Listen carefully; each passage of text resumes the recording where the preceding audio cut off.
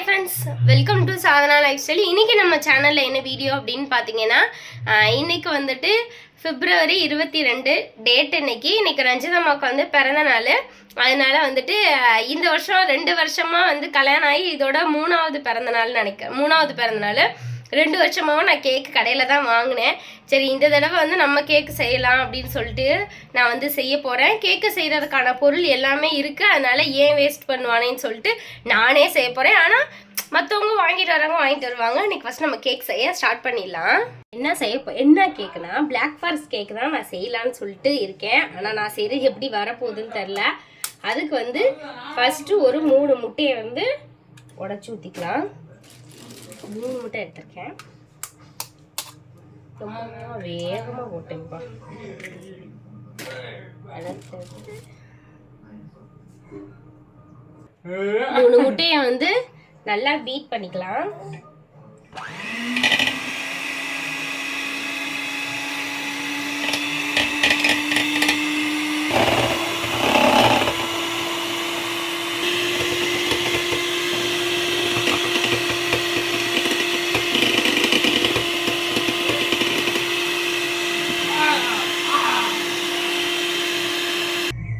நல்லா இந்த மாதிரி வந்து முட்டையை வந்து பீட் பண்ணிக்கலாம். அதுக்கப்புறம் வந்து நான் 1/4 கப்பு வந்து சர்க்கரையை வந்து பவுடர் பண்ணி வச்சிருக்கேன். 1/4 கப்பு அதையும் இதில் சேர்த்துக்கலாம்.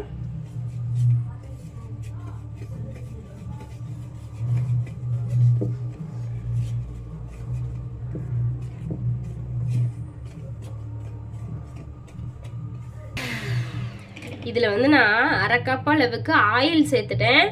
நான் வந்து வீடியோவில் சொல்லாமே நான் வந்து ஊற்றிட்டேன். அதனால் நீங்கள் வந்து இதில் 1/2 கப் ஆயில் சேர்த்துக்கோங்க. இதில் வந்து போட ஸ்டார்ட் பண்ணிடலாம். நான் வந்து 1 கப் அளவுக்கு மைதா மாவு எடுத்திருக்கேன். 1 கப்பு மைதா மாவு. அதுக்கப்புறம் வந்து கொக்கோ பவுடர் வந்து நான் 1/4 கப் எடுத்திருக்கேன். இதில் வந்து கொஞ்சம் தட்டியே லைட்டாக சேர்த்துக்கோங்க. என்கிட்ட வந்து லைட் கலராக தான் வந்து கொக்கோ பவுடர் வந்து இருக்குது. அதனால் நான் என்ன பண்ணியிருக்கேன்னா, என்கிட்ட டார்க் சாக்லேட் இருந்தது. அதனால் ஒரு 1/2 கப்பு வந்து பால் சேர்க்கணும். அந்த பாலோட நான் டார்க் சாக்லேட்டை வந்து நல்லா மெல்ட் பண்ணி வச்சுருக்கேன். அதையும் எடுத்துக்கலாம். அதுக்கப்புறம் வந்து 1 கப் அளவுக்கு 1 கப்பு அப்படின்னு சொல்லிட்டு 1 ஸ்பூன் வந்து பேக்கிங் சோடா. அதுக்கப்புறம் ஒரு 1/4 டீஸ்பூன் வந்து பேக்கிங் சோடா சேர்த்துக்கிறேன். ஒரு 1/4 டீஸ்பூன் உப்பு.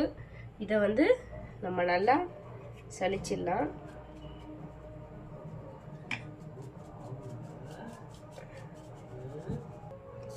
இது கூட நான் கொஞ்சம் வெண்ணிலா எசன்ஸ் சேர்த்துக்கிறேன்.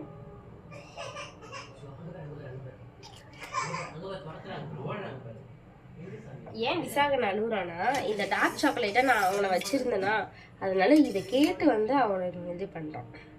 இப்போ இது கூட சேர்த்துட்டு எல்லாத்தையும் நல்லா மிக்ஸ் பண்ணிடலாம்.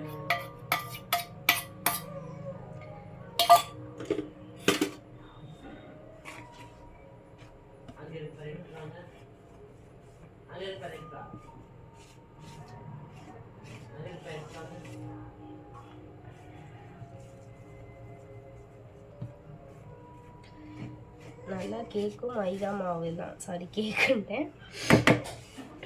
எல்லாத்தையும் நல்லா மிக்ஸ் பண்ணிடலாம்.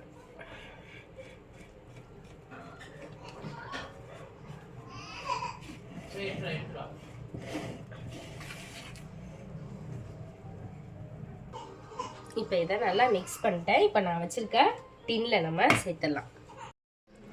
ப்ரீ ஹீட் வந்து பண்ணிகிட்ருக்கேன் ஓவனை. இதில் வந்து நான் ஃபஸ்ட்டு நெய் தடவிட்டேன். இப்போ இதை கொஞ்சம் எக்ஸ்ட்ரா கட் பண்ணிட்டேன். நான் இதை நம்ம கட் பண்ணுறதா வேறு எப்படி வரப்போகுதுன்னு வேறு தெரியல. மணி ஆயிடுச்சு. நல்லா கொட்டிடுச்சு. இப்போ இதில் நம்ம கேக்கை கொட்டிடலாம்.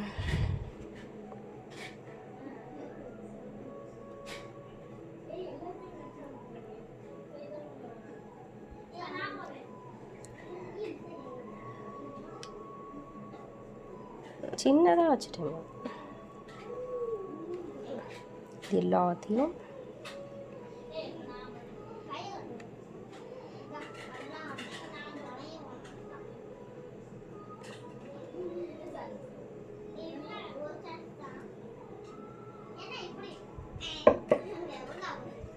வந்து அவன்லேருந்து எடுத்துட்டேன். நான் ஃபஸ்ட்டு வந்து பார்த்திங்கன்னா 3 நிமிஷம் வச்சுருந்தேன். அடுத்தது வந்து 12 நிமிஷம் வச்சு 13 நிமிஷத்துக்கு வச்சுருந்தேன். அப்புறம் திரும்பவும் வந்து 20 நிமிஷத்துக்கு வச்சு 35 நிமிஷம் வந்து வச்சுருந்தேன். 170 டிகிரி வச்சுருந்தேன். எனக்கு வந்து கேக்கை வந்து ஃபஸ்ட்டு எடுக்கும் போது வந்து நல்லா இருந்துச்சு. ஐயோ இன்னும் வேகலை போல் அப்படின்னு நினச்சிட்டே இருந்தேன். சரி சூடு ஆறுனதுக்கப்புறம் எடுத்துக்கலாம். நல்லா கத்தி உள்ளே விட்டு விட்டு இறங்குறது நல்லா இங்கிட்டு காட்டணுமோ. கத்தியில் வந்து ஒட்டவே இல்லை. கேக் வந்து நல்லா சாஃப்டாக இருக்கும் போல். ஆறினோட தான் தெரியும் எப்படி இருக்கும் அப்படின்றத. ஆறுனதுக்கப்புறம் பாருங்கள் கேக் வந்து நல்லா சூடு ஆறிடுச்சு. இப்போ நம்ம வந்து இந்த கேக் செய்கிறதெல்லாம் வாங்கி வச்சுருக்கேன், அதில் கொட்டிடலாம். ஆனால் க்ரீம் தான் வந்து இல்லாமல் போயிடுச்சு.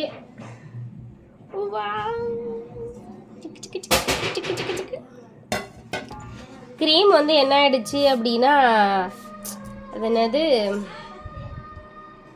விப்பிங் க்ரீம் வாங்கிட்டு வர சொன்னேன். கடைசியில் அவங்க வாங்கிட்டு வந்தது வந்து நம்ம இந்த சாதா க்ரீம் ஃப்ரெஷ் க்ரீம் வாங்கிட்டு வந்துட்டாங்க. அதனால் வந்து என்னால் க்ரீம் செய்ய முடியல. சரி ஓகே, ஆனால் ஆசையாக எல்லாம் சிச்சோ என்னாச்சு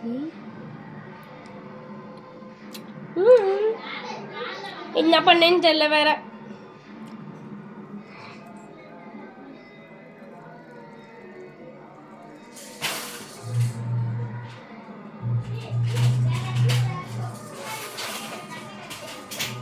ரஞ்சிதம்மா ரஞ்சிதம்மா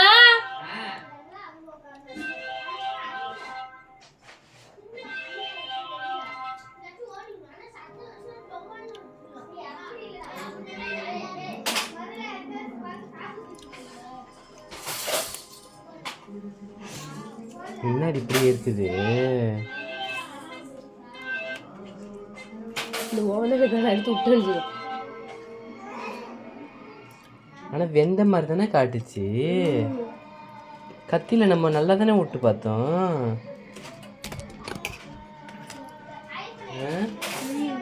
கத்தியில் நல்லா விடும்போது நல்லா தானே இருந்துச்சு. இப்போ ஏன் இப்படி வருது? இன்னும் வேவலையோ?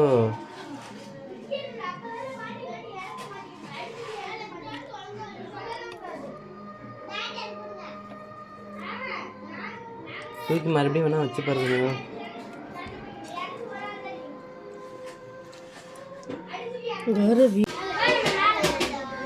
நான் செஞ்ச கேக் வந்து பார்த்தீங்கன்னா சூப்பராக வந்திருக்கு. எப்போ பார்த்தாலும் இந்த அவனில் அதுதான் பிரச்சனையாக இருக்குது. என்ன பிரச்சனை என்னன்னே தெரியல. நான் எப்போ எது செஞ்சாலும் ஒன்று நடுவில் வேகாமல் போயிடுது, இல்லையா மேலே வந்து எப்படி சொல்கிறேன்னா ரஃப்பான மாதிரி ஆயிடுது. நான் திரும்பவும் வந்து கொட்டிட்டு எடுத்து வச்ச போது அப்படி தான் இருந்துச்சு. சரி ஓகே, சைடெலாம் வெட்டிட்டு சைடெலாம் சாப்பிடுவோம். ஆனால் கேக் வந்து சூப்பராக இருக்குது. இதுவும் சொதப்பிடுச்சு. இப்போ கேக் கட்டலாமா?